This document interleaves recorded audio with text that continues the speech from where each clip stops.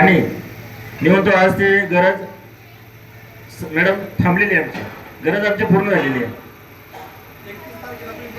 लक्षात घ्या, आपला प्रस्ताव आपण दिलेला आहे 31 जुलैला आणि आज तारीख आहे 18 ऑगस्ट आणि 18 ऑगस्टला बोर येतोय. म्हणजे आतापर्यंत आपण बघितलं ना तर आतापर्यंतची एक अतिशय तत्पर सेवा आपल्या शाळेला निश्चित मिळालेली आहे आणि मॅडमच्या एक कामाची धडाडी आहे. लक्षात घ्या, ज्यावेळेस गावचा विकास होतो, निमगाव सभा असेल किंवा कोणताही गाव असेल, त्या गावचा विकास कधी होतो त्या गावामध्ये ज्यावेळेस धडाडीचे कार्यकर्ते असतात.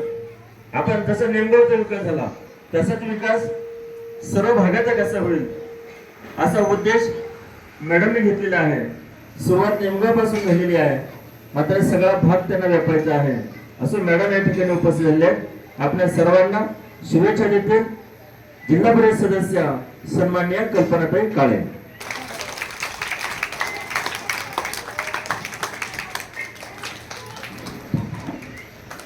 सन्माननीय व्यासपीठावर जमलेले सर्व मान्यवर मंडळी, सर्व ग्रामस्थ आणि शिक्षक वृंद, आज या ठिकाणी जिल्हा परिषद प्राथमिक शाळा निमगाव साव येथे, तसं बोलायचं गेलं तर ही शाळा माझी पण आहे आणि आता हे माझं पण गाव झालेलं आहे. पण असं आहे की जेव्हा शिक्षक जर ॲक्टिव्ह असेल, मी वारंवार प्रत्येक शाळेत सांगितलेले की शिक्षकांनी जितक्यात जास्तीत जास्त माझ्याकडे मागणी करणार, कारण की माझं ठरलेलं आहे की शिक्षण आरोग्यावर जास्तीत जास्त खर्च करायचा आहे, कारण की हे आपलं खूप मोठं भवितव्य आहे आणि यासाठी आपल्याला हे कामं करणं अत्यंत आवश्यक आहे. जसं मी पहिल्या वेळेस व्हिजिट केली असते, शाळेला व्हिजिट केली होती, तेव्हा माझी शिक्षकांची सर्वांची मागणी होती की या ठिकाणी पाण्याची व्यवस्था पूर्णपणे झाली पाहिजे, कारण की पाणी हे अपूर्ण पडत होतं या ठिकाणी. तर आमच्या जिल्हा परिषदेचे अध्यक्ष वीर बाबा जगदाळे यांनी ही मागणी तात्पर्याने पहिले म्हणजे फर्स्ट प्रायोरिटी देऊन ही मागणी त्यांनी लगेच मंजूर केली आणि आज या ठिकाणी म्हणजे जवळजवळ 15 दिवसातच या ठिकाणी त्यांनी ही मागणी पूर्ण करून आज या ठिकाणी आपल्याला बोर्ड दिलेला आहे. म्हणून सर्वप्रथम मी आमच्या जिल्हा परिषद अध्यक्षांचे मी खरंच मनापासून आभार मानते की त्यांनी एवढ्या तात्पर्याने माझं हे म्हणणं ऐकून या ठिकाणी मला मंजूर करून दिल्याबद्दल त्यांच्याकडे मनापासून आणि आपल्या सर्व ग्रामस्थांच्या वतीने मी त्यांचं मनापासून आभार मानते. आणि आज मी जसं पहिल्यापासून विधी करणार आहे तसं आताही सांगते, माझ्याकडून जास्तीत जास्त प्रत्येक गटातील असो प्रत्येक गावातील कामं करण्याचं माझं ध्येय आहे की माझ्याकडून जास्तीत जास्त जेवढे कामं होतील ते मी करत राहणार आहे. की तुम्ही जेवढी जास्तीत जास्त मागणी करणार त्या पद्धतीने मी जास्तीत जास्त काम करत राहणार आहे. जरी तुमची मागणी जरी नाही आली तरी माझं लक्ष आहे, कारण की मी शाळेला वारंवार भेट देत असते आणि मला प्रत्येक गोष्टीतील मुलांच्या काय समस्या असतील किंवा मुलांचं काय मागणी असेल ह्या गोष्टी आता मला बऱ्यापैकी माहीत झालेल्या आहे. म्हणून जरी माझ्याकडं काही कारणास्तव प्रस्ताव नाही आले तरी मी मागणी करून ठेवलेली आहे. आता आपली अंगणवाडी असेल किंवा शाळा असेल, पण ज्या ज्या विभागामध्ये माझ्यापर्यंत मागणी पोहोचली नाही तरीही त्यांना मी मागणी केलेली आहे, कारण की बहुतेक ठिकाणी माझ्यापर्यंत येणाऱ्या शिक्षकांना भीती वाटते की मॅडमला कसं बोलावं. जरी तुम्ही तुमच्या तिकडच्या ग्रामस्थांना सांगितलं किंवा तुम्ही मला फोन करून जरी सांगितलं, जसं माझं सरांचं कॉन्टॅक्ट असतं आमचं नेहमी, मी सर्व शिक्षकांना सांगितलं की तुम्ही मला डायरेक्ट बोलून सांगू शकता की मॅडम आमची ही मागणी आहे, मी तेव्हा पत्र व्यवहार करू शकते. आणि खरंच माझ्यासाठी खूप चांगलं आहे, कारण की जेव्हा तुम्ही मला कामं देणार माझ्या ती पूर्ण होतील, मला पण अशी खूप अपेक्षा असते की माझ्याकडून सगळी जास्तीत जास्त कामं पूर्ण झाली पाहिजे. कारण मला पण आनंद होतो की मी मुलांसाठी काहीतरी करायचा प्रयत्न करत असते आणि आजचं जे आहे मुलांचं भवितव्य ते माझ्याकडून किती पण चांगलं होईल.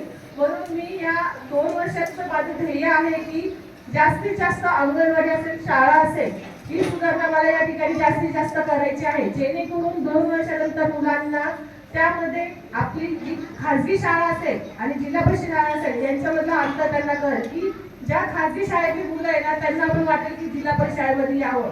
म्हणून मला अशी शाळा बनवायच्या आहेत जेणेकरून बाहेरचे पण आपल्या तालुक्यातील पण लोकांनी म्हटलं पाहिजे की खरंच ही शाळा आपली खूप चांगली आहे. आणि माझा हा उद्देश आहे की प्रत्येक गटामधील शाळा मला ही चांगली आणि एकदम भव्य करायची, जेणेकरून शिक्षणापासून असेल किंवा ग्राउंड लेवलचा असेल.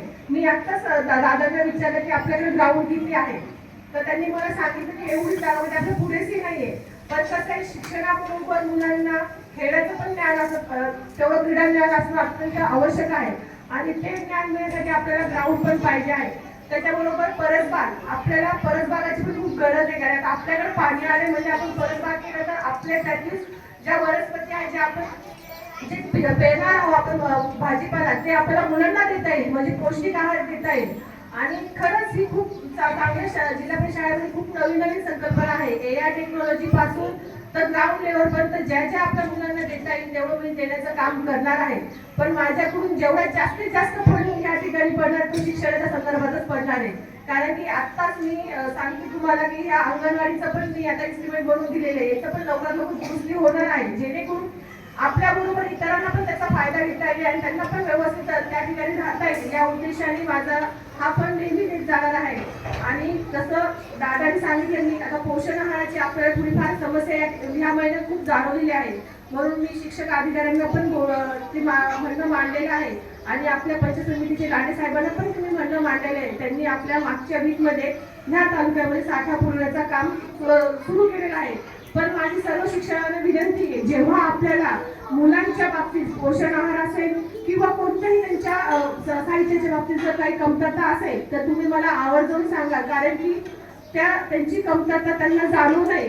ज्या आपल्या मार्फत जे आपण देतोय त्याची कमतरता मुलांना जाणू नये, या उद्देशाने माझं म्हणणं आहे की अध्यक्ष साहेबांना त्यांना की तुम्ही मला ते मान्य मागत जा, जेणेकरून आपल्याला लवकर लवकर मुलांपर्यंत पोहोचता येईल. कारण की बऱ्याचशा गावामध्ये पोषण आहाराचं प्रमाण मिळालं नाहीये, म्हणून त्यांनी शेजारचे आपले जे स्कूल आहे त्यांना द्यायला सांगितलेले आहे. पण ती तुटवडा वरतून जर होत नसेल, पण आपली मागणी आपण केली तर फर्स्ट प्रायोरिटी आपल्याला इथं येऊ शकते. म्हणून 3-4 दिवसापूर्वी जेव्हा मला हे माहीत झालं होतं तेव्हा तात्पर्याने आपल्या तालुक्यामध्ये आता तो साठा सुरू केलेला आहे. आणि तसं आता पण मी थोड्या वेळ लगेच सांगून त्यांना करणार आहे की इथे तुम्ही तो पोषण आहाराचा साठा दिलेला पाहिजे. कारण की प्रत्येक गोष्टीमध्ये मुलांच्या बाबतीत कोणतीही हलगर्जीपणा चालणार नाही. म्हणून सगळे आमचे जे अध्यक्ष असतील, उपाध्यक्ष असतील, सर्व सभापती असतील, ते सर्व या ठिकाणी आवर्जून मुलांच्या शाळेच्या अंगणवाडीबद्दल लक्ष देत असतात आणि ते पण तेवढ्याच तत्परतेने आमचं ती मागणी पूर्ण करत असतात मुलांच्या बाबतीत. म्हणून आज आपण या ठिकाणी जी मागणी तुम्ही मला दिली होती ती माझ्याकडून म्हणजे पहिला शुभारंभ म्हणजे पाण्याचा झाला. म्हणजे पाणी व्यवस्थित लागलं म्हणजे खूप मला समाधान झालंय. कारण की पाणी खूप महत्वाचं असतं. बहुतेक भागात पाणी किती लागतं याच्यावर आल्यापासून मला असं वाटतं सरांना पण टेन्शन आलं असेल कालपासून, पाणी लागतं की नाही, काही होतं की नाही. कारण की आता पानडीपासून आपण सगळं आणलेलं आहे, पण कसं आपल्याला जी पद्धत असते ती वेगळी असते बघायची. पानडींची त्यांची पद्धती वेगळी असते, म्हणून सगळ्यांना टेन्शन आलं असेल की पाणी लागतं की नाही. पण जेव्हा मी सकाळी दादांना फोन करून विचारलं की पाणी लागले की नाही, ते मला खूप चांगलं पाणी लागलेलं आहे, सर्वांना आनंद झालेला आहे. म्हणून तुमचा आनंद बघून मला खूप आनंद वाटला की चला, म्हणजे तुमच्या मनासारखं आणि माझ्या मनासारखं म्हणण्यापेक्षा मुलांना त्याचा उपयोग होईल जास्तीत जास्त, त्यांच्या मनासारखं झालं ना, खरंच या ठिकाणी बघून खूप आनंद झाला आहे. आणि खरंच परत एकदा या ठिकाणी तुम्ही माझा परत मान सन्मान केला त्याबद्दल मी तुमचे सर्व शालेय समितीचे आणि सर्व शिक्षक वृंदाचे मनापासून आभार मानते. असंच तुम्ही मला काम सांगत जा आणि माझ्याकडून काम करून घेण्याचा पण तुम्ही प्रयत्न करत जा. मला वारंवार तुम्ही आठवण करून देत जा, कारण की माझं फक्त ध्येय आहे की मुलांच्या बाबतीत हलगर्जीपणा झालेला नाही पाहिजे. म्हणून शिक्षकांना सर्वांना विनंती आहे की तुमच्या जे काही मागण्या असतील, मी तुम्हाला पहिले पण सांगितलं आणि आता पण सांगते की माझ्या जास्तीत जास्त जेवढं तुमच्या मागण्या असतील मी या 5 वर्षामध्ये पूर्ण करून जाणार आहे, जेणेकरून मुलांचं भवितव्य माझ्याकडून तरी चांगल्या प्रमाणात घडवू ही माझी इच्छा आहे. म्हणून तुम्ही मला मागणी करत जा आणि मी ते कामं पूर्ण करत जाईल. या ठिकाणी बोलवण्याबद्दल तुमचं सर्वांचं मनापासून आभार मानते. थांबते. धन्यवाद.